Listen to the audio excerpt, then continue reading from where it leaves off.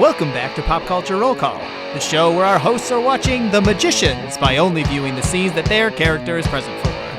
This is Season 1, Episode 3, Consequences of Advanced Spellcasting.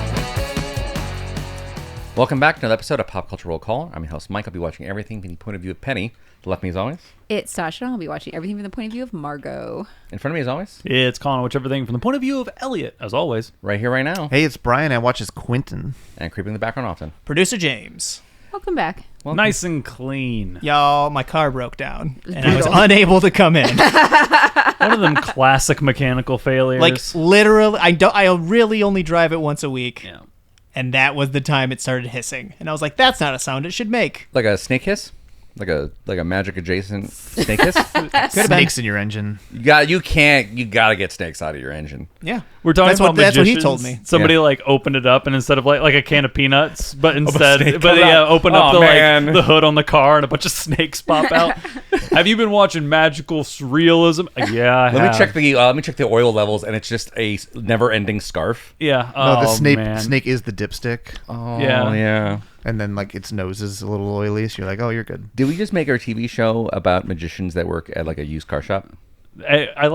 Classically, Mike always turning single bits into entire television shows. Legitimately, though, like, my biggest problem with, like, Harry Potter is probably the biggest example here, but, like, magicians and Twilight and everything else is, like, this world would be different if these people were running around, right? Like, somebody would have, like, just do a magic spell to do whatever. And we get into it a little bit, like, in these episodes, but they don't, like, the mundane world is so isolated from the magical world. It's so disappointing sometimes. Why am I muddling by hand? I would say that's a thing in modern fantasy books, and I'm not sure if this is like.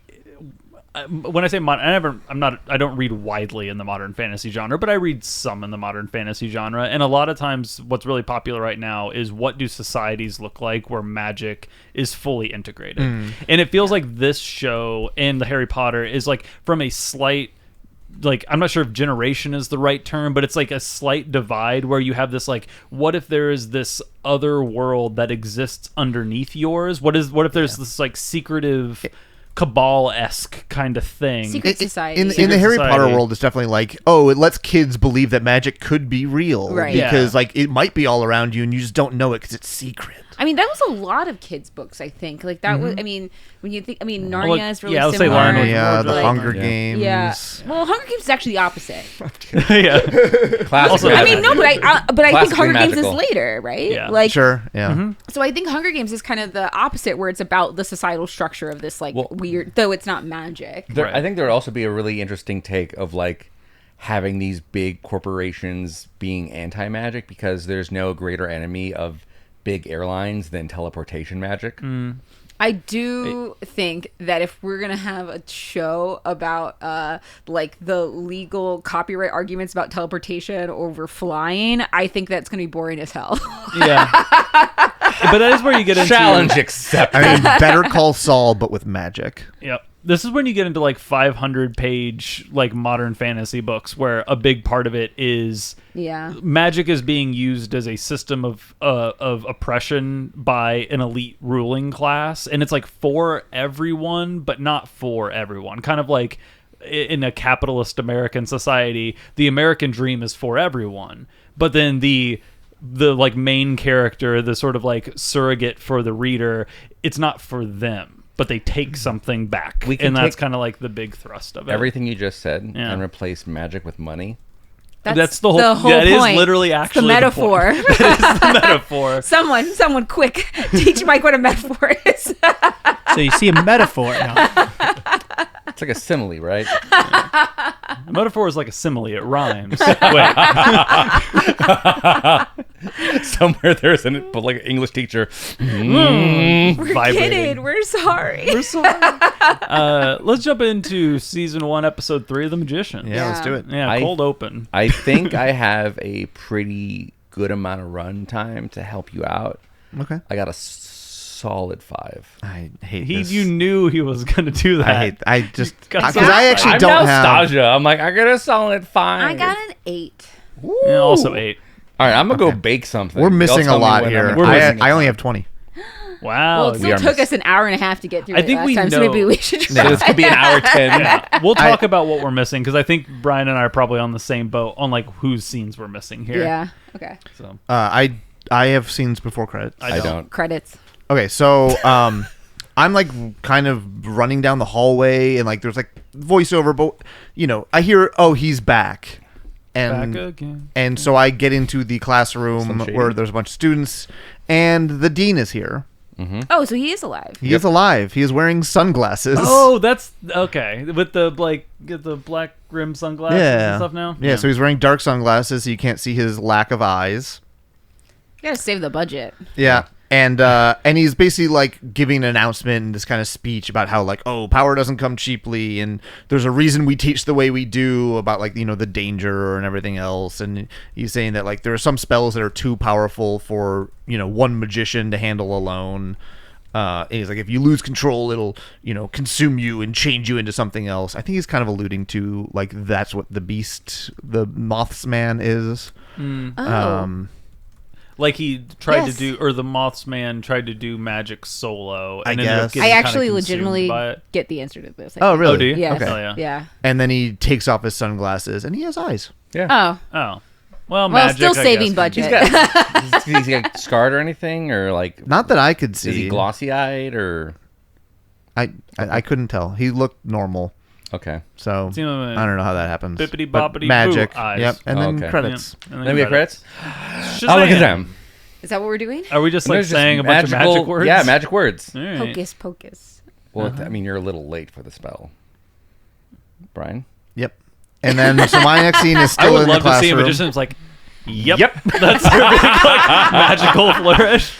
Puts a rabbit in a hat, twirls a wand over it, bops it. Yep. Butterflies. And magic. And But it cuts back and we're still in the classroom and he's still talking.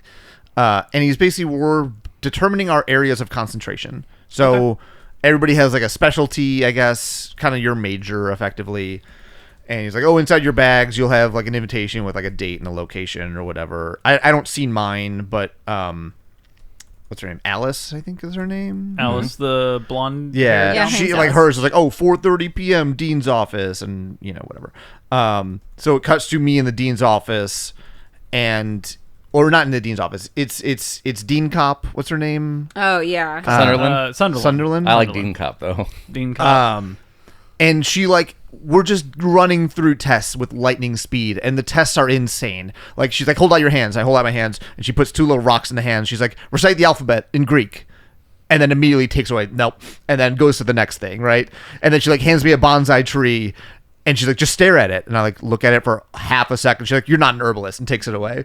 So it's just like running through all these things, like what's your specialization, and running through all these tests, and I don't have one basically. So it's Undeclared. undetermined concentration is what they Does say. it seem like that's a relatively common thing at the school? It Like, didn't. okay. So Alice has hers is phosphomancy, which is like a light bender.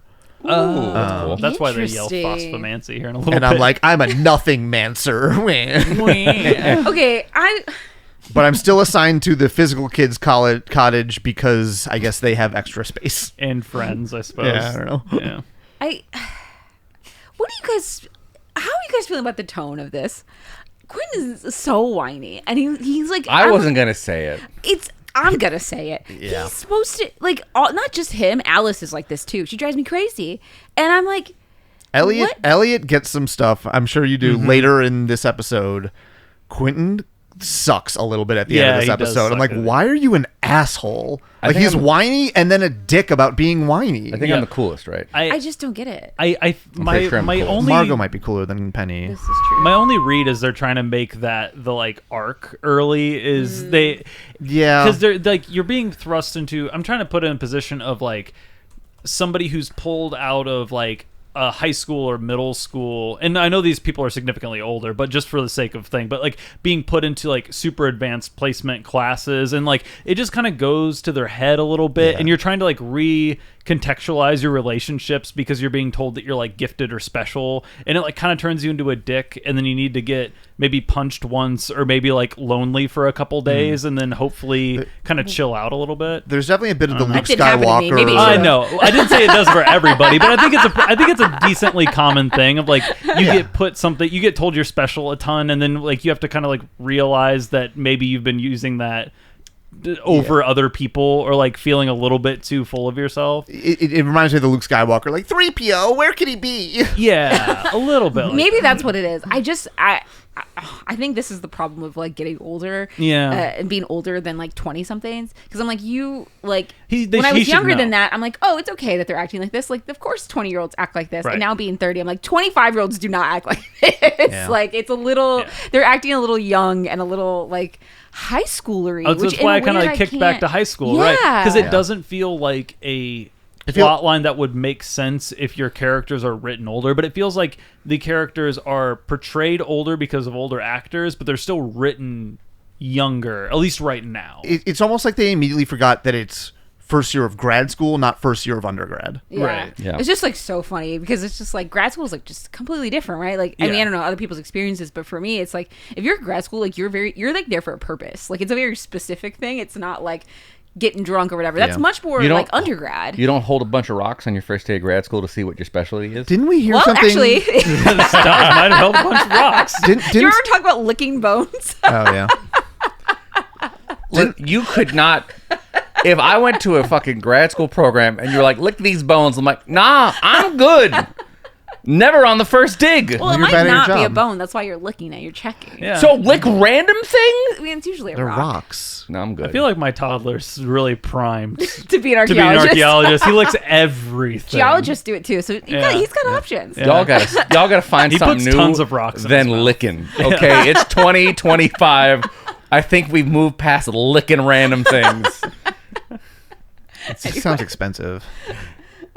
Sorry. So what? Go on. That's it. Yeah, just okay, Quinn's cool. being a little bit of a whiny guy. My It'll be next worse later. I don't know when all y'all come in. I come in with when me and Elliot are talking. So. Yeah, my first scene is whenever the door gets light bended open. Okay, Phosphomancied open. So we go to the cottage, me and Alice, and there's a sign on the door. It's like, physical kids, let yourselves in. And it's like a puzzle. We have to basically figure out a way in using magic powers. That's why you blew the Oh, door so you just open. blow a hole in the door, right? So she, cuts back, and like there's like you can hear a party on the other side of the wall, on the other side of the door, and we're like sad outside, like I don't know how to get in. And it like cuts back later, so like we've been sitting out here for a little while. And I'm like, have you ever burned ants as a kid? And she's like, no, why would I ever do that? Correct. And then I'm like, well, could you like use your power? And like, whatever. She like grabs a ray of light and like sends it through the door and then burns a hole through the door, reaches through and opens the door, from the outside. My favorite part of this is that Margot and then Elliot are both like, finally, I was so hungry waiting for you dummies to get in. So like we knew they were out there and we're like, let's see how long it takes. Yeah. Yeah. And we like walk in and we're like, phosphomancy, bitches. Yeah. Because now Quentin seems to be a little bit more like jovial. Yeah. You're like... And I think this is part of why I think this is just a first couple episodes arc for Quentin, where they want him to kind of be shitty so that they can kind of give him his comeuppance and humble Zero to him a hero. little But bit. it is weird that he has like this unearned confidence. Yeah. Like, he didn't open the door. I No. guess it was his idea. Yeah. But he's not, like, he doesn't have a concentration. He doesn't have like a specialty, and he doesn't do any of the magic in No. most of these scenes. It's real strange, right? Yeah. Anyway, yeah, so you all come in, and Elliot and Margot have been hanging out. Like I said, we're hungry. Where have you been? Elliot seems like he's already ripped and just comes over and like hands you a couple cocktails and kind of swaggers back over to the couch and like flops down. Like I'm in horizontal mode as far as my drinking is concerned at this point. Vertical is not my friend, so I sort of lay back down. Yeah. And Quentin and Alice are chatting on a couch on the other side while Margot and Elliot kind of like scope them out from across the room. Sure. Yeah. And I forget, we're just like, We're well, I make a Not make reference. fun of 'em, Yeah, but like we're kind of. snuggling up. We're very close. You can definitely Yeah. tell we're really good friends. And I said, what's your obsession with your first year boys? So like your flavor of the week. Yeah. And that's what I'm calling Elliot, which is like really interesting because So are you not first years? I don't No, think we are so. not. So you're It does- second years probably? at least. At yeah. least. But You wouldn't be third years because there's only 6 of them left or whatever, Right, and they're all yeah. zombified. We're not part of that so class. and that's when Elliot says, no, he's a high-strung super nerd. We love those. We love those here. Yeah. And it which doesn't is, seem like Margot necessarily does, but it feels like it's just kind of Elliot's type. Yeah. Like, I'm not sure, like, type from, like a physical attraction or, like, a sexual chemistry, but I Yeah. think Elliot just likes having people around who are really quirky, nerdy, and weird, and maybe kind of insecure. He likes being that first day person who's That's why again he's sitting on the side. the wood nymph fucking like lounged Yeah. out with a cigarette. He wants to be that person for people who feel unsure of themselves. Yeah, I feel Feels like he wants to be the ruler of the island of misfit toys or yeah, whatever. 100%. I think he'd have a great time ruling an island of misfit toys. I think Yeah. he would Yeah. have a blast. But that's like my last scene until we get later in the party. You guys are talking about drowning psychics. So What? My next scene, I frantically pull Quentin away. Yeah, that's later for mine, That's yeah. later. Okay. My first scene. What's Penny up to? You're not has- here with us. Is Yeah. with Quinn by a tree. Okay, so that's a little bit. So we're Okay. like, at the party. Like Alice is getting drunk. She apparently rarely drinks or whatever. So she's getting pretty tipsy, and she's convinced that the spell we did should have worked to summon her dead brother. I'm pretty sure it did work. Yep. And she's like, I want to try it again. And, like, you know, I need to know the truth or whatever. And I like run off. I grab a book and come back. And I'm like, oh, we can find deceased spirits. Like, I read you can find deceased spirits using, like, a really common locator spell. Like, only if they want to be found, though. And she's like, that's stupid. You're stupid. You have a stupid face. Like, drunk, kind of, like, weird. I don't know. There's, like, something going on there with, it's, like, flirty, I guess. But Bad at flirting. they don't drunk. have insane chemistry, so... they really don't. No, never mind. Go on. And then my next scene, we're outside. Solid move for a podcast. I'm good. Never mind. You know what? Sometimes you just have to think about what you're gonna say, and you're like, "That's not very nice." You were so you were I'm gonna flying shut up. towards the end zone and went, nope, ejector seat. Yeah, I was like, no, I don't want to do that.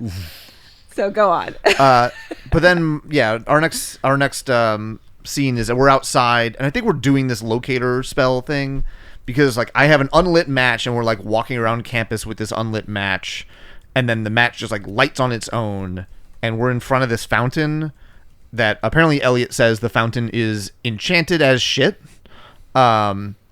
And What's Latin? it's a bottomless fountain that, like, apparently a lot of people like commit suicide in this fountain. Wild. Like it's full of water. It's and full of bottomless? water, but like magically bottomless, I believe. Why would that be something you would want to do? I think I don't know, magic. Yeah, but like, why? Like, legitimately, You know why? Thinking about this, you're trying to kill people. That feel like I know this Seems like a They've safety already It seems on taken all of purpose. their meds. Right? But No, there might be a magical utility for this, I guess. But, What? Infinite drinking But, like, water. Their water supply. I mean, It's but the what water the dean was supply? telling. What do they fountain? What do Yeah, they why cast? Are you what's serious? It's magical. Don't be ridiculous. What's the spell of Don't just be like you ridiculous. just get a bunch of water? What's up? It's not create water. Yeah, it's great water. It's Great great water. water. a Produce magical water. item that just gives you unlimited water. There's a jug. Yeah, there is. Yeah, a jug of I just stuff. Just stuff. Yeah, stuff. classic. why would you make something that is perfectly fine, not drownable, unless you were actively trying to kill How do you know people? they made it? Maybe it was here the whole time. the bottomless fountain? Yeah, What do it you could have been a mean? bottomless lake that they just built a little concrete rim around. Yeah. I like that. So it's less. There's less. You water guys are to coming out drown with in. more ridiculous, insane theories than just admitting that I'm correct. That's fine. We'll you die can on keep this doing hill. I'll die in that fountain. Yep.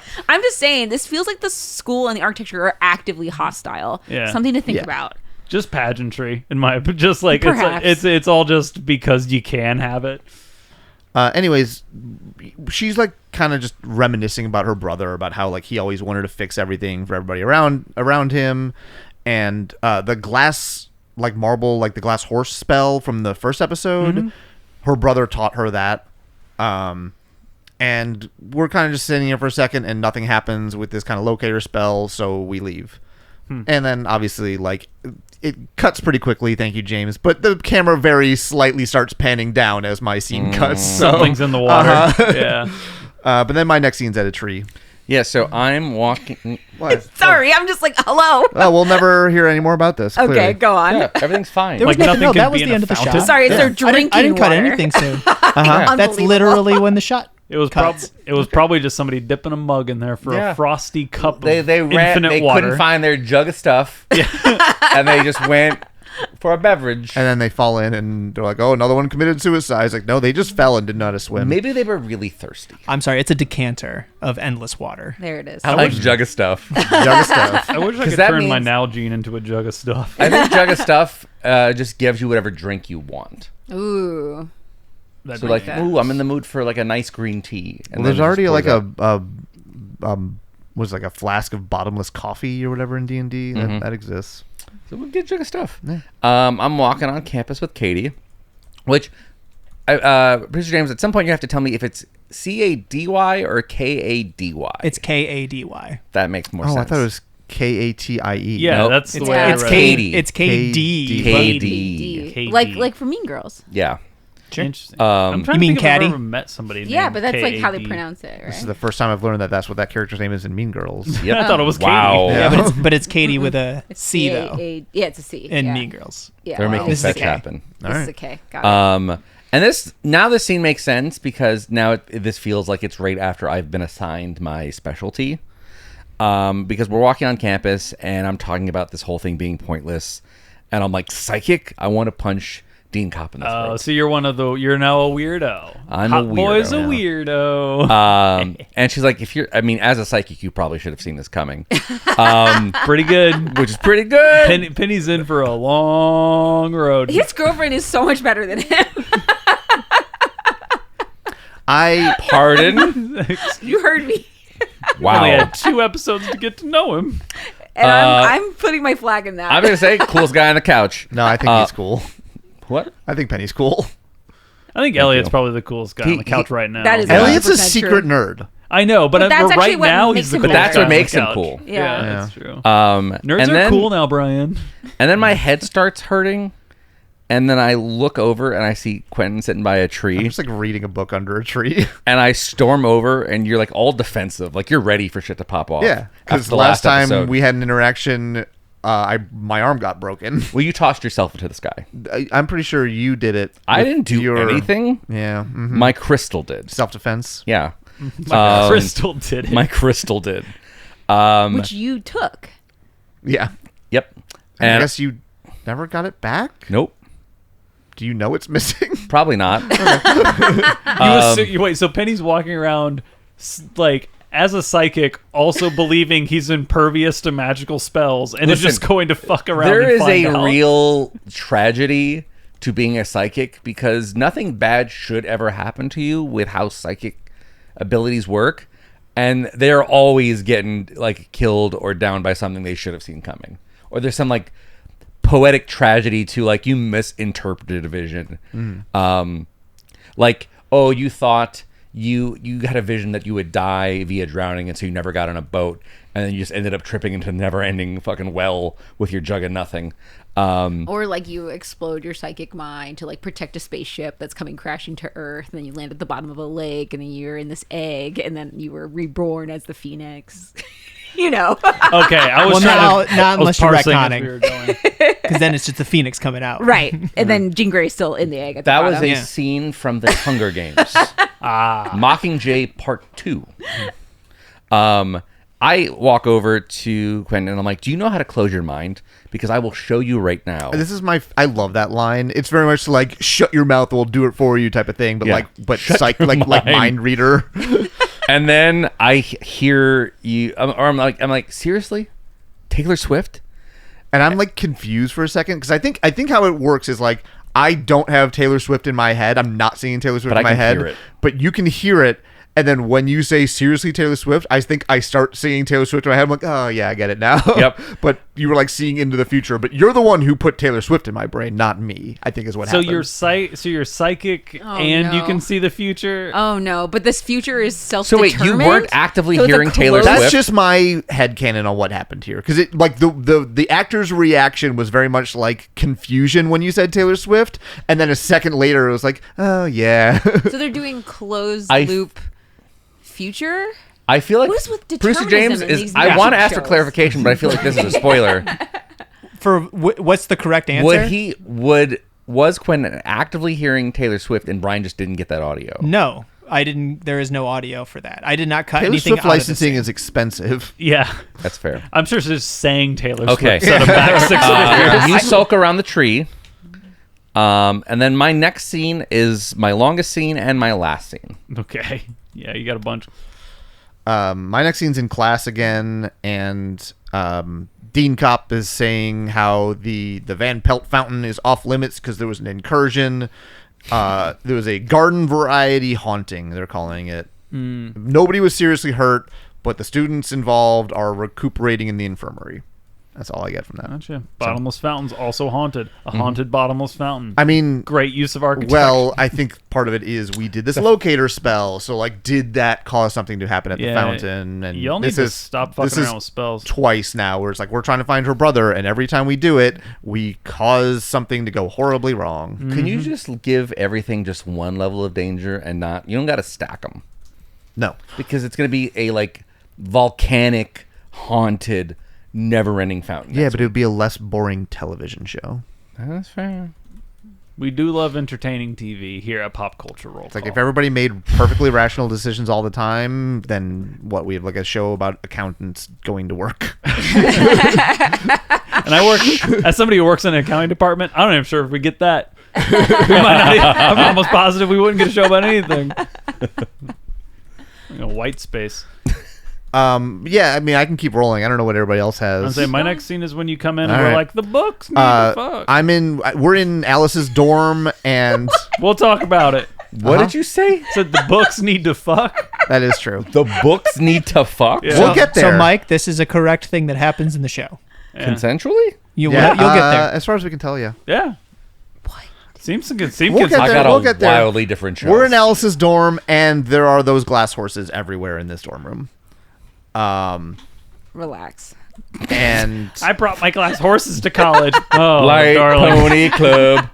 As somebody who's married to a horse girl, you gotta leave those in a box under the bed. You can have them. Maybe don't display Has them. anyone asked her why the long face? Oh my. She doesn't look like a horse. No, She's yeah. No, beautiful. but it's just like That's why true. when she looks sad, like oh, why the long face? Oh yeah, fair enough. sorry, I think her dorm is in the physical kids' cottage or whatever, because I mean, for a horse girl, she would be cottage adjacent. as well, I mean, I think Okay. I guess light is physical. Yeah. So, but like this is when like Margot comes up and she kind of dismisses Margot out of hand. Well, because I hear you guys talking about drowning psychics. I'm like, have you met them? Like, Right. of course, that's why you would want to drown psychics. And Yeah. then, but basically, like, she talks back to me, and I just go, meow.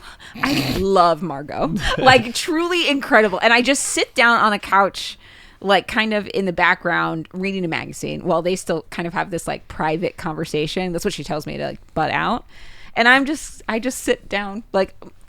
Far enough away, but just start going In the through a same room, magazine, yeah. and that's when Elliot comes up, like it's frantic. an emergency. Yeah, I come up and I don't know what Quentin and her and like everyone's talking about in here. I seem to have my own thing. We're going talking on. about like going through different options of spells or whatever, Sure. and she's like, well, there's this spell. The only downside is I have to cut off a finger. It's like she's like going through these list of spells, and all of them kind of have pretty serious cons to them. You haven't landed on anything, but Elliot comes in and that's I'm when like, you I need to talk to you. It's of the utmost importance, specifically to Quentin. No one else is invited. Yeah. So Not even I Margot. go with you, and as I'm leaving, I turn to Alice, and I'm like, hey, maybe you don't need a spell because Margot's discipline, like how we're all getting disciplines this episode, except for me, her discipline is gossip. Is that true? Yes. Okay. Is it actually true? You're a gossip Yes. mancer? So not like actual magic, Oh, but I mean okay. like I'm just well connected. Yeah. Okay. Sure, that makes Yeah. sense. I What, didn't know what if do you it- have? Do you know what your discipline is? No, I'm a physical kid clearly. Yeah, sure. Because I'm in the Physical cottage. cottage, but like I don't know. I don't even do. I don't think I've seen her do anything. That's your job, not your calling. Physical, Yeah. physical magic. Your calling is gossip. Your Yes. job is physical magic. So this is actually, I love this scene because you go away and there's like a cut and like I am just like literally laid out, like reading my magazine, waiting for her to ask me for help. And I look completely unbothered and unrushed. Because you know she's going to. Because I know she's going to. And I was just watching this and I was like, I love you. Like my character, I really adore her. I think she's so smart because like you have her, she keeps looking at me and I don't even, it's just perfect. And eventually she's like, she's like stuttering. She's like, I need your help. And Margot's like, see, that wasn't so hard. But like it's gotten like darker slightly, so it feels like it's been a lot of time. Waited for a while. Yeah. 3 hours later, just stewing. Like, I don't want to ask. Eternity later. And you can tell that I'm waiting because I don't move. I'm still on that couch reading the same magazine. Like it's incredible. You finish it and you go back to the front Yes. and start over. Yeah, this isn't about the magazine. No, it's not. Probably not even reading the words, just enjoying the talk, the tension clicking, of someone else like clock being ticking. tense and Yeah. like knowing that they have to ask me something, just like relishing in that power. It's actually incredible. So that's when she's talking about her brother, and we get the little bit of like the dump here where Charlie, he was a physical kid from 5 years ago, 5 to 6 years back, and she's trying to look for him. So she's giving me a little bit of that information. And first of all, Margot is just like, she's like, oh, this explains a lot. You know, the sadness, the anger, the ineffable air of tragedy around your person. Like, she's just very like, okay, this makes sense. And I admit that I don't know anything, unfortunately. But there was a girl who we have a picture on the wall, Emily Greenstreet. She was from Charlie's year. And when he disappeared, she took it really hard. She quit the school, quit magic completely. Like she lives in New York and just is like a regular business person. She just like wiped her hands of the whole place. Yeah. And so that's when Alice is like, I need to talk to her. And I'm like, yeah, like we can go. And she's like, I'd prefer to do this alone. And Margot just says, I'm sure you would. That'd be great. But I'm vouching for you and I'm coming. She's like, and yeah, and she basically, she's like, I'm sure you would. And she's like, really, what choice do you have? And like, that's it. And my next scene is them going to talk to this woman That's awesome. in New York. It's really interesting.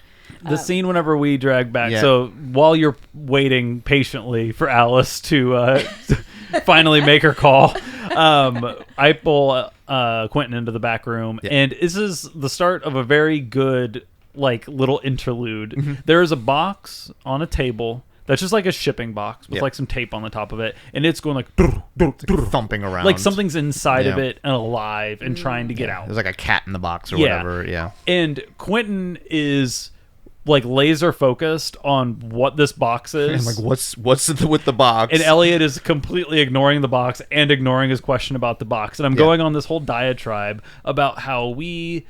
Like the important thing is that there is a book that went missing from the physical kids cottage library.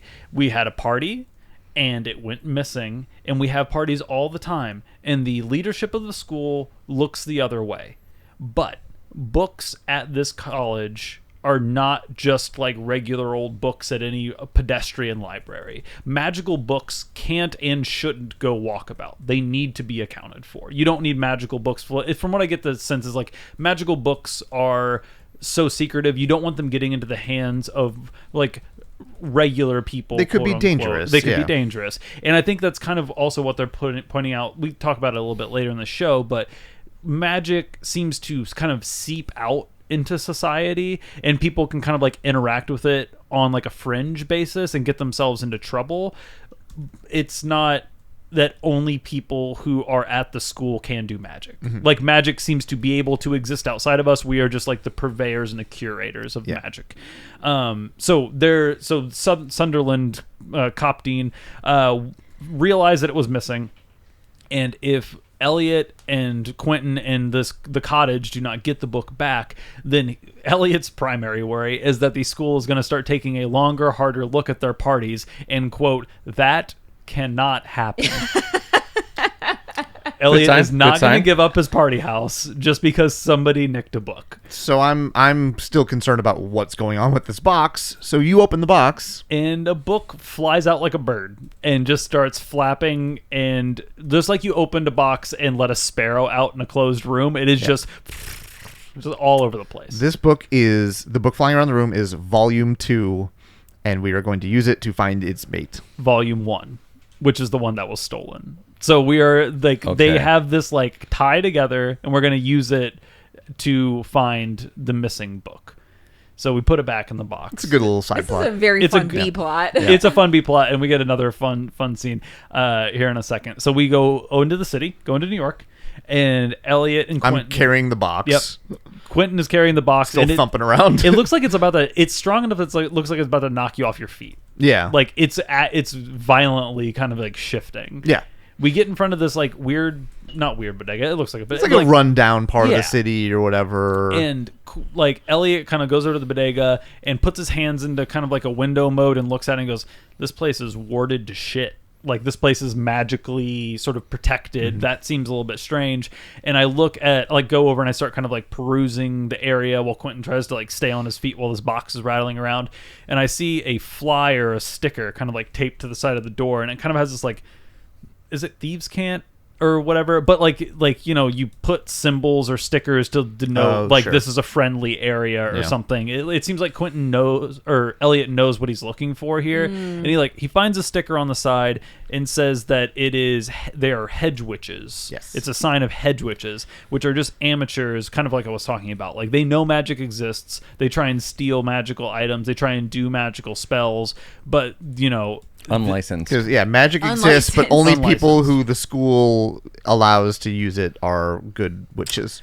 Oh. Basically, it's Whoa. kind of it's like, oh, these people are just amateurs. Like we're better than them. Yeah, like they don't know what they're doing. Elliot does also. Are we the baddies? I think we might be the baddies, but then also Are we big magic? Yeah, I think Kinda. Elliot seems to. I think maybe have like drank the juice a little bit on this. Yeah. Like he legitimately talks down to them and thinks that they're like scummy low life amateurs, but then also is like primarily it's because it's really fucking dangerous for people without training to just like start opening books and summoning demons and shit. And he calls out like they've been known to like try and summon creatures that can imbue magical talent onto the people that summoned them, but that doesn't usually go well. So they like they're so gung ho to be like hyper magical that they get themselves into situations trying to bolster their power, and that just isn't free. A bunch of amateurs that are 3 lines of Latin away from summoning Lucifer. Yeah, I mean, Yeah. there's some stuff where it's like, oh, there's like a gun control analogy you could make here, right? But like, also you could be like, oh, well, the government like you need to register your magic power. Like, I mean, it's a little. I'm not exactly sure where the show is even going to fall on this side of the No, issue. I don't know yet. because it can go either way. You but- gotta lock your magic book up in like a little I like guess my- locker in your closet. Which kind of seems to be what the school is saying, Yeah, right? Like yeah. if a gun goes missing from a police department, it's fucking all hands on deck. Like Right. registered police firearms don't just go if missing. a relic book goes missing, Yeah. we got problems. Yeah, Yeah. something's bad. Yeah, I kind of get this, but also at the same time, it's like, well, yeah, but like, why isn't there a base level education about Right. magic? Like, why is this a secret? It's like, from oh, the if you learn about the populace? school and you're not gonna get in, we wipe your memory. Right. Like, Right. it's not like they're they are acting counter to that kind of like the inherent concept of like the secret school where we like keep it a secret is kind of counter this Right. too. Like that's really interesting. Yeah. Okay. Okay. Big magic. But so yeah, we end up getting like buzzed in. We're talking to some of these hedge witches, and you're like you said, you kind of have like an air of like I'm better than you. Yeah, for sure. And then somebody familiar walks in because Julia is here Yeah, in with the head. Because she didn't get in. Didn't get into the school. She knows about magic now because she didn't get her mind fully erased somehow. So she's now running with the hedge witches. yeah. Maybe they are gonna explore this. Maybe it's I the think way they it's are. gonna be. Honestly, I Yeah. think that's where a lot of these, like the last couple episodes, we've been missing like 20, 30 minutes. And I have a feeling Julia is getting a lot of scenes about what the underground outside of the school magical community looks like. That's so interesting. I'm almost positive. We just don't get it, but that seems to be what they're buying. What they're Yeah. buying at. Soon after Julia comes in, though, she's followed soon after by a flying book.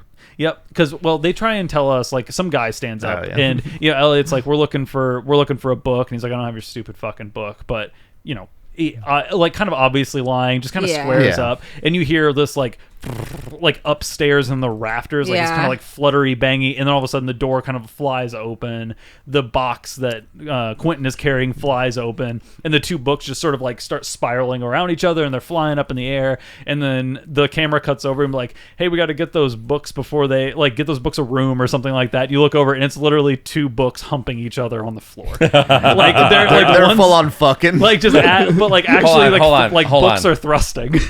Are they like doing it like, are they being safe? Like, are there like book covers? Yeah, no book covers, just open pages. What? I know. The fuck? I know.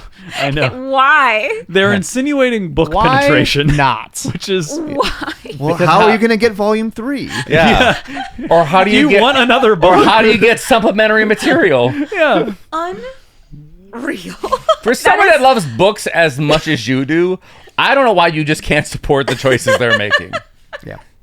And so like they're fucking on the side, It just and cuts to us. all Elliot says is love wins, which I thought was particularly good. And it cuts to us like leaving with a box. Like, so Yeah. both the books is in the box.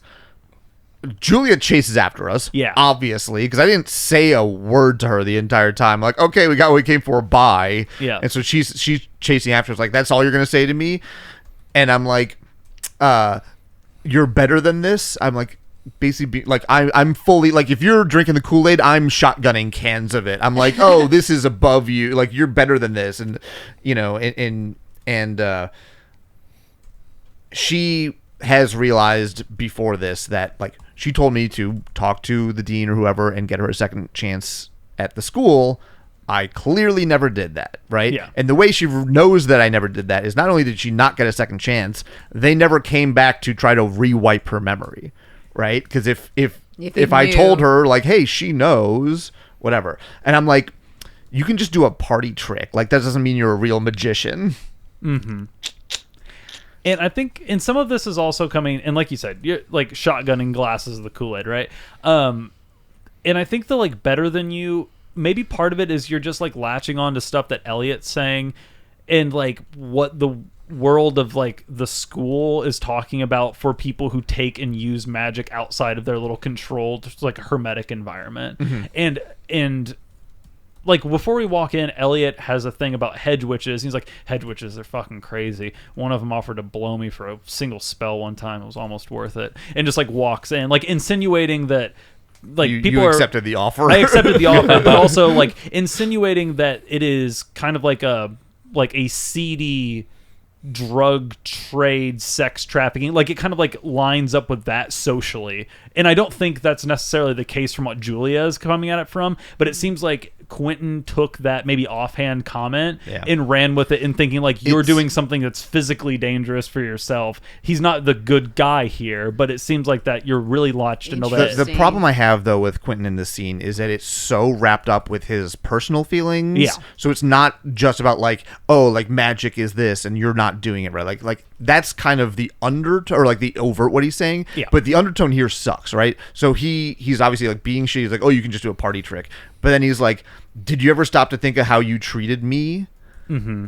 And he's like, you know how I felt about you. Yep. But like she has a boyfriend, right? And she's like, so you're gonna punish me for that? And I'm like, I don't know what else to say. Like, you can't blame me. Does James even know you're here? Like, does your boyfriend know you're here? Because apparently she's not allowed to go anywhere without his permission. Like, it's incel shit, right? Like, I don't know if you should be talking about someone's volume 2 like this. And I'm just like, you could get hurt doing this shit. Grow up. And I'm like, you're the one who, like, I don't know. Like, I was clearly the one struggling more, and then because she didn't get in, she's obviously, like, spiraled a little bit because of it. But I'm just like, oh, like, you know how I felt about you, so, like, I'm entitled to, like, feel... it sucks, man. It sucks a little bit. Mm-hmm. And so... She's like, well, do you really love magic? Like, is it in your soul? And I'm like, kind of nod a little bit or whatever. And she's like, so you know how I feel, like, right? Because I would, if the positions were flipped, I would have spiraled way harder than she did, right? Mm-hmm. And I can't come to terms with that or whatever. And she like walks away, and Elliot does this like little golf clap. Because at the beginning of this, I can tell. So like Julia chases Quentin out, and I take the box and I like go into walk, and I keep trying to like don't interact, like let's go, and then I see Quentin turn around and start to confront Julia, and they start having it out, and in the background, like faded out of focus, you see Elliot like sigh, set the box down, take out a cigarette, start smoking it, look at his watch, like it's just watching them argue, and it's like, fuck, when is this gonna be done so I can go home? And he turns around, I'm like giving you a clap, and you blow me off. I was like, all right, fucking whatever, man. Like, not interested in your pedestrian drama. I don't even want to be here. I want to go back to school where I have some amount of like power or like celebrity. So I'm like done. It's so weird how like, you know, the first episode sets up that like, oh, Julia and I are like best friends or whatever, and there's obviously like a long kind of complicated history or whatever that it alludes to, but I'm so quick to just totally dismiss her. Like, I don't try to be like, hey, you want to chat for a sec? Like, I don't ask her anything. I'm like, I got the book, time to leave. And it sucks. Like, it's like I can't be just friends with somebody. I can't support them. I can't help them with what they're going through. She's obviously going through a lot with this, and I have like next to no concern. Like, have you ever thought about how I feel? Jeez. It's okay. Ain't great. I'm the new Xander. Yanni does have very early Xander vibes. Have fun. People seem to still love that. The show doesn't seem to be siding with Quentin, at least from the tone that I can tell. I don't think the show was making Quentin out to be the right one here, though.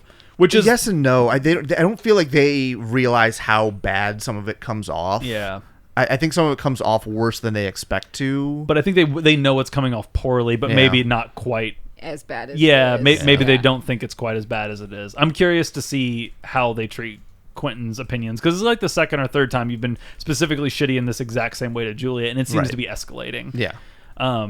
So yeah, and I'm clearly like jealous of her boyfriend, too, 100%. which is another problem. Weird here. thing. We haven't seen his fucking face, and we're jealous of the guy. I've seen his face briefly. Okay, but fair enough. Yeah, fair enough. Back at the cottage though, and hanging out on the couch. Is that your next scene too, Brian? Yep. Cool. Quentin and Elliot are hanging out on the couch, getting drunk together, and Elliot's getting drunk on the couch, and Quentin is drinking slightly less and talking nonstop. Yeah, about you his like you problems. fill up my wine glass or whatever. Yeah. The conversation here, I don't think really matters all No, that much. There's a knocking at the door, like somebody who's like clearly trying to get in It's or whatever. Margot, right? Yeah. Yeah. Is it? Is it Margot? I think Or- so. No, I don't think so. Is this when the door bursts down? Don't you blow the door open? I thought it was you. That was Katie. That was Katie. Oh, that was Katie. Like what? Sorry. I mean, Mike also got Katie. You know, a and woman Margot, walked but- in. It must be Margot. Well, it had the same like Wow. black shorts, right? Wow. Do you even know who you're in love with?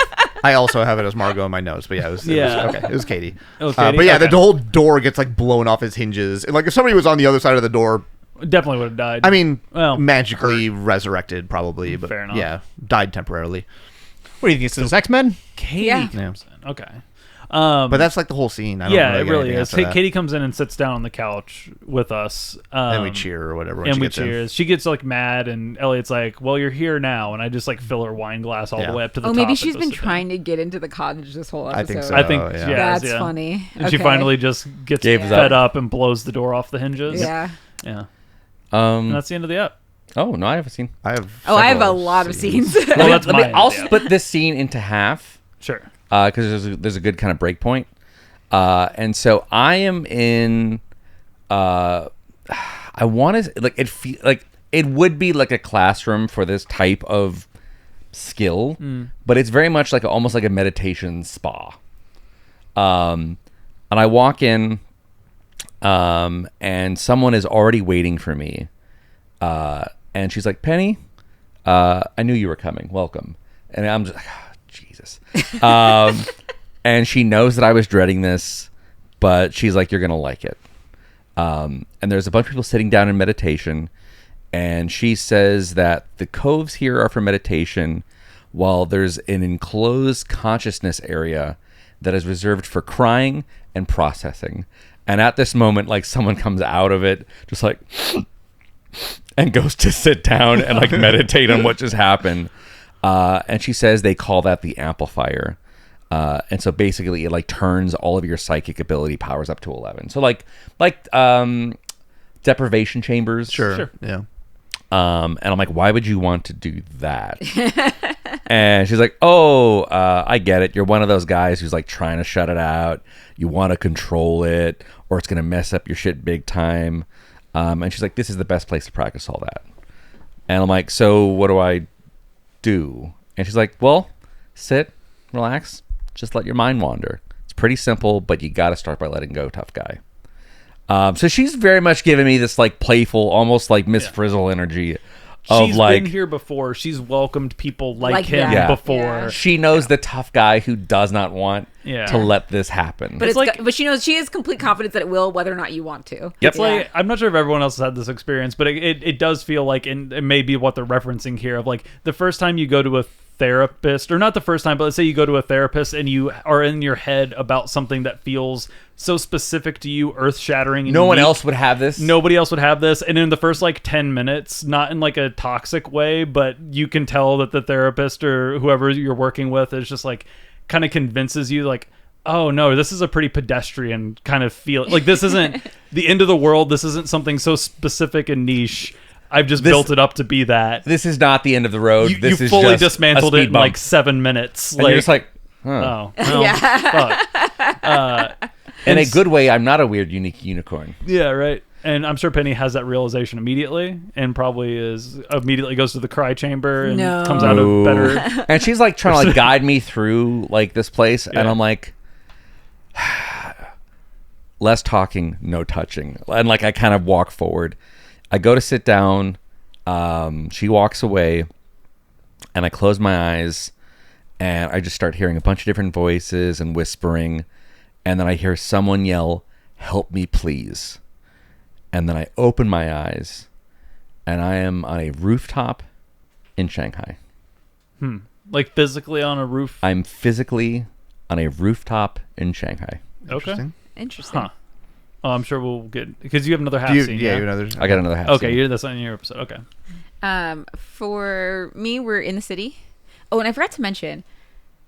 So they say fog, which I think is like the federal, maybe like a bureau or something, set Emily up with the job. Dean Fogg. Oh, is that the dean's name? Dean's name is Fogg. Yeah. Okay. Okay, so it's the Dean Fogg set Emily up with a job and an apartment and everything in the city. So she says, so you know they're covering up something shady. I thought that was kind of throwaway, but hearing your episode made me want to just bring that back up because it feels like interesting. So like so just keep that in mind. And so then we see Emily. We have like a funny joke where she like looks like she's gonna run, and I'm like, please, these shoes are amazing. Do not make me run. Like, Hey. I know that feeling. I got athletic shoes that I never run in. Yeah, because I could scuff them, Colin. Who's Emily? Emily is the girl that was in Charlie's class that after he went missing, she left the school, left Yeah.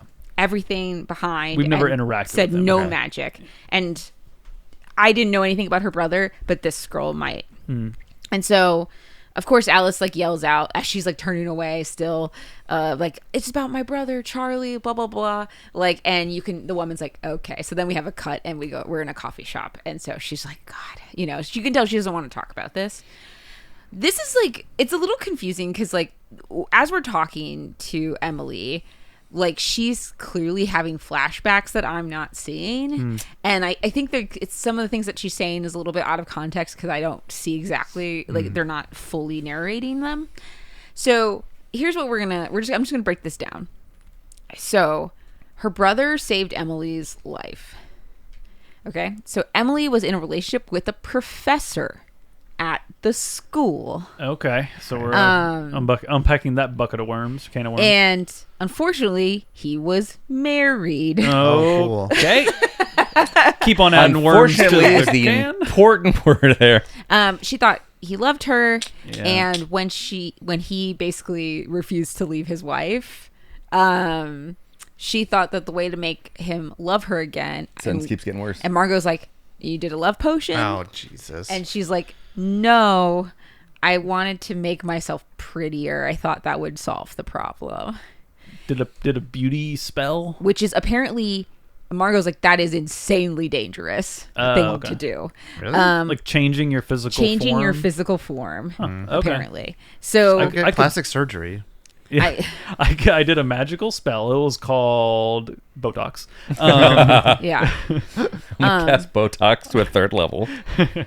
She basically, so then she like talks about basically she cast this spell that she wasn't supposed to, and like was like trying to change herself. It went badly, so badly that she thought she was going to kill herself, and that her brother came in and undid it. Like apparently he had a thing for Emily, I suppose, and because she said that he was always there for her, and so like it seemed like they knew each other before that. She like, and he basically was trying to undo the spell, and I begged him to stop, but it burned right through him. So he channeled so much magical energy. The spell was too big for any one magician at the beginning of and it was too much magic type shit. Yeah, and she's like, do you know what a Nifrin is? And they're like, I think that's what it was anyway. And they were like, no. Basically, it's like, it's when the magic is too much, it runs through you, and then only the magic is left, and you're lost. Huh. Cool. So you become sort of like, you're still you, but you get like drowned or completely consumed by magic, and you disappear. Yes, but like, yes, and so that's like Nifrin? Yes, Niffin. Sorry. Okay. And is it an object? No, I think it's the Moth's Man. So I have a Nithin box or something in my next scene, and I don't get the full explanation because I think it was, it's kind of in this. Yeah. Interesting. So, but yeah, so like basically, I mean, maybe I'm misunderstanding it. So I want to hear what your scene is, but like it says that you're lost. It's what's left isn't you. And like it's just when magic consumes you. And then, and so Alice asks like, well, where did he go? And she says, I don't know. He just was gone. So, like, I don't, like, however you guys would like to interpret that. Okay. I think I might be able to piece this together with my next couple scenes. And then Margot's like, so how'd you fix that? And, like points at, like, her face because she looks normal. Fine. Yeah. Like, and then that's when she says, the professor fixed it. Got it. Professor... Wait, the guy she was having Dean? an affair with. For sorry, you said professor, and I immediately went Dean. But this is like not a professor we've met. Maybe the dean was a professor. Well, maybe like before he was dean. Okay, I don't know. We don't know because he was able to fix his eyes. Yes, and yeah. So All right. Yikes. I have one final scene. I don't know when you want me to do that, but I have two more. So how about between the two? Okay. So I'm with Alice in the library, and she has a little box that's like, I don't know, size of like a cigarette box type of size, right? Mm. And I think it's like a Nithin box, and I'm not exactly sure. So my guess is that this box helps prevent that from happening. Like if you are going to lose yourself to magic. Like she's like talking to me, she's like, just repeat I bind you in Turkish and English. So I think it like might be a way to like kind of cancel a spell in process to kind of make sure the person doesn't like gets bound to the earthly plane or whatever, would be my guess based on what happens later. Okay. But she's still planning on bringing Charlie back, and she's like, oh, this spell can transmute certain energies to matter, and then this one, like she's basically gonna like combine a bunch of spells based on like a hunch and a theory she has. And I'm basically like, this is way too dangerous, and like we don't fully understand any of this. And she's like, fine, then you stay behind. And I'm like, I'm not gonna stay behind. So like I grab the box and go with her, because worst case scenario I can maybe help get her out of it or whatever. Sure. And then I have one final scene. So, and Mike has a half scene. Yeah. What are you doing in Shanghai? Was it very good question. And so I get like down to the ground level, and I'm just walking around Shanghai for a moment, very confused on how I got there. And then I hear Dean Cop Sunderland, her voice, and in your head, kind of. Yeah. No, she's there. Oh, there. Okay. She pulls up in a van, and I get in, and the dean's also there. Okay. He's sitting in the back, sunglassed up. And they're like, hey, how's your head, Penny? You doing okay? And I'm like, what's wrong with me? And Sunderland's like, nothing's actually wrong. I made a mistake thinking you were just psychic, but it's more complicated than that. The dean clarifies, saying, you're a traveler. I'm like, what now? Pardon? Traveler. And he's like, it's the rarest and most difficult discipline. Travelers can, with a little bit of training, go anywhere on Earth instantly, like I just did. But with a great deal of training, you can actually move between worlds. Between worlds. And I'm like, Interesting. go to other worlds? He's like, yeah, if it doesn't kill you first. Cool. I'm like, oh, fucking great. And I'm Cool. assuming by this show's probably meaning other worlds, not like Mars. They're No, probably right, talking it's- about it's like gonna be like the planes of magical- existence. Yeah. sort of deal. Smurf. What's the book called? I already forgot. Oh, the the kids. Fillory. Fillory. The Fillory. Yeah. So that's we've alluded to that as being another world. I'm going in a Yeah. book, dog. Yeah. And the dean's like, do you know why I'm here? I'm like, no. He's like, I'm putting here to together a Neither. team. Damn, I And can't. I'm like, I don't know why I came.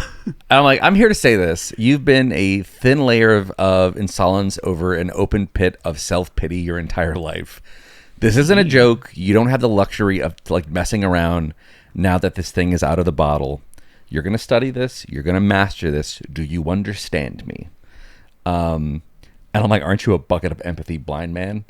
And please say yes. I cannot see if you nod. And he takes off his glasses and his eyes are still there. But he has like the scars around his eyes. Okay, so he does have some scarring. I missed Yeah. that. And I'm like, fine, yes. So are we just going to like drive back to Breakbills now? And Dean Cop Sunderland's like, what do you mean? We're already there. And we zoom out of the van and we are back in the van at Breakbills. Teleporting van. Yep. All right. Interesting. And Sunderland's like, she's learned a great deal about traveling over the years. We're going to start one-on-one tutorials to help me get a handle on it. And I'm like, handle? He's like, yeah, we got to make sure you know what you're doing before you accidentally like teleport yourself in the middle of a volcano. Yeah, I was gonna say like in the middle of the ocean. Statistically, if you just go to a random place on Earth, you're Probably probably gonna you have water. Yeah. Or space. Yeah, space. The water, middle of the core. rock. So yeah, I'm the coolest. And the kid on coolest, the biggest, couch. baddest magician on the Very couch. good. If you Right. have any more scenes with Alice, mine probably comes after that. Yours comes after. So I have Yeah. one more scene with Alice. Yeah, then go ahead. So I'm at the fountain with Alice, and we're trying to summon her brother Charlie again. Don't and do that. She has to summon Stop it. him using something personal. And Charlie used to sing her favorite song when she was feeling bad, which was apparently all the time. So she starts singing her favorite song. Which is Any guesses? Shake it off. Shake it. Taylor Swift? no, not Taylor Swift. Okay. It's too expensive. Is it? Oh, it's got to be something that they can actually license into sing. Baby Shark, No. So probably also too expensive. It Yeah. is Don't You Forget About Me. And I'm like, from the Breakfast Club. And she's like, starts singing it. The song from the end of the Breakfast. Yeah. We can't get copyright takedown. Don't worry. If they Please can afford it, don't remember me. And so we like Parody, next to the parody. fountain, we see this like smoke rising, and it's Charlie, and he's Mouthed there. No, he's just a Okay. guy, but there's like smoke coming off of his back, and she's like Charlie. She like runs up to him, and I'm like, this is a little sus, Suspicious. right? Kill it, shoot came out it. of the And infinite fountain Quentin, covered in smoke. Like not me, Brian. Me, Quentin is like very hesitant. It's like there's no way this is going the way we think it's gonna go, and he like they hold hands or whatever, and then his hands start like sparking. Mm-hmm. Like there's some sort of magical effect coming off her hand, and she's like, "You're hurting me." Like he's like squeezing her and maybe electrocuting slightly or something. I'm not exactly sure, but like clearly hurting her. He's prepping for the moth. And he starts laughing. Yep. And then he basically starts like teleporting, so it just like cuts and he's like behind her. I take out the box to I think like cancel the spell or bind whatever it is. And he like appears in front of me, knocks the box out of my hand, and starts like force choking me Darth Vader style. She starts casting a spell. I basically tell her to stop because she's trying to like, I don't know what she's trying to do. She's trying to like basically make this permanent or something. I think like convert this energy into matter, like she alluded to earlier, or whatever it is, and I get like smacked across across the field. I grab the box and start like casting the spell into the box, and Alice is telling me like, no, stop. So it means keep doing it. So I keep doing it and kind of like finish the spell, and he disappears, and Alice is pissed at me. She's like, really upset with me. And I'm like, he was gonna kill you. And then she's like, why'd you think you had to save me? Fuck you, Quentin. Like, he was so close and now he's gone. And she leaves. Damn. So back at the physical kid's house, Alice is like storming in, grabbing her stuff, grabbing like all of her things, and she turns to me and she's like, I'm gone for good. I hope you'll like, you'll have less competition now. And as she's walking away, I'm like, I like competition. And I Come back. Stop. Don't. She's just, first of all, I never really got the impression that Margot was jealous of Alice in any capacity. I don't think Margot know can be jealous. what that's about. I don't think about you at all. Yeah. Maybe it is like because I'm more of a side character clearly right now. Like maybe we're supposed to infer that is a thing that is actually happening, but my God, did I not pick up on that at all? Well, here's the thing. We're dealing with magic, so either you didn't pick up on it or there's someone else impersonating you. What do you think that she thinks you're jealous of? I guess like her good grades, or maybe My Quentin? good grades. I don't know. Wild. Jealous of my good grades. I guess Maybe she don't know. has a lost, mysterious brother. Maybe she thinks you're like tragedy jealous. I'm jealous of your like tragic, Maybe she just mysterious hopes she's backstory. jealous. I don't understand Alice. I'm trying to be nice about it. Well, I'm failing. Listen, But, lesson like- one. Listen, if you have a loved one that is passed, don't do magic. Bring them back. It doesn't work. We've seen magic not do it. We've seen pet cemeteries not do it. Jeannie had 3 rules. One of them: don't bring back the dead. Yeah. Gotta listen to Jeannie. Well, Gotta the thing listen is, to I don't Jeannie. know Gotta if he is listen to dead. So Jeannie. let's do this wrap up, like Yeah. trying to put the pieces together. I don't feel like he's dead because I feel like they say Vanished? lost, Yeah. Vanished. which implies missing, Yeah, not they dead. would go to. He disappeared in the middle of a magical spell.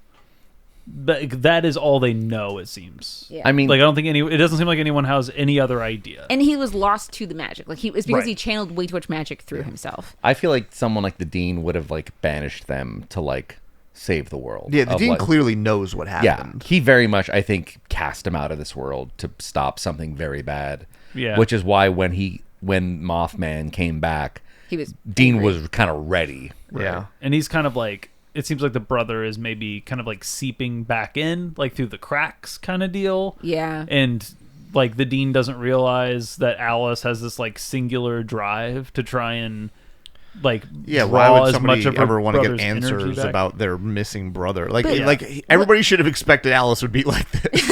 I also am questioning like why would he would try to kill you? Because the thing, maybe maybe I'm wrong, but is that not her brother? You think I don't that think it you is. I have Summoned? no idea. because he like maybe it's like a red herring where you think it might be, so you think he's murderous, but you realize later that wasn't actually him. That was Yeah. like Yeah. Or he's Some corrupted. sort of- imposter. Yeah, Yeah. but I feel like it's more likely like he's more just angry at the dean. But why does he know you? He called out your name. Yeah, I'm not sure that the brother and Mothman are the same person you anymore. think they're different now? Like, okay, it was hard to tell, but I mean, they're not dressed the same, right? Like, Mothman was wearing like a nice suit, right? Yeah. This guy was, I can't remember what he was Schlub. wearing, but it wasn't schlubby, but it was not a suit. I think the build of like this guy's a little like maybe shorter and stockier, very slightly. Like, I don't think it's the same person, but But there is a connection there. Yeah. There's definitely something going on, but Yeah. yeah. I'm wondering if this has a similar vibe of like there is an evil force that is masquerading as kind of like anyone, like let's say there's like 5 different people trying to communicate or bring their loved ones back from the dead, and this evil force is able to kind of co-opt that like magical intention and pretend to be them, or like use that as a way to escape some Yeah. kind of like binding, or use that as a way to kind of like get a foothold in the world because it like wants to be here in a more manifested way. Right. And so you see Alice trying to do these magical spells, and this like evil entity or force or like whatever sees Alice and her like knows her mind because magic and psychics and stuff exist, and is like knows that she's gonna try a couple tricks and kind of keeps its eye on her and uses her magical spells as ways to kind of like poke holes in reality and maybe try and slip through. Yeah, I mean, that makes know. sense, but why would he not say Alice? Why would he say Quentin? Yeah, I don't know. Yeah. So I mean, Because Quentin did help with it, so maybe like the Maybe. wires got crossed and he just like tied into Quentin there. I'm trying to remember if Alice was in that room Yeah. with Mothman. Yeah, Yeah. as I'm well. almost wondering if it's something like her brother did something like stopped Mothman at some point and bound him to that kind of mirror dimension where he was, and like She's- kind of sacrificed himself in the process. I have no idea. Yeah, not sure. The mystery continues. The mystery continues. That's all that we do know for sure. Magic. Well, thank you for joining us. I'm your host, Mike, signing off. Left me as always. It's Sasha. In front of me as always. Well, I'm It is. third. Sorry, It's Colin. And right here, right now. it's Brian. Creeping in the background often. Producer James. We'll see you next time. Bye forever. For more information, go to popculturerollcall.com. Follow us on Facebook and Twitter. Please subscribe, rate, and review.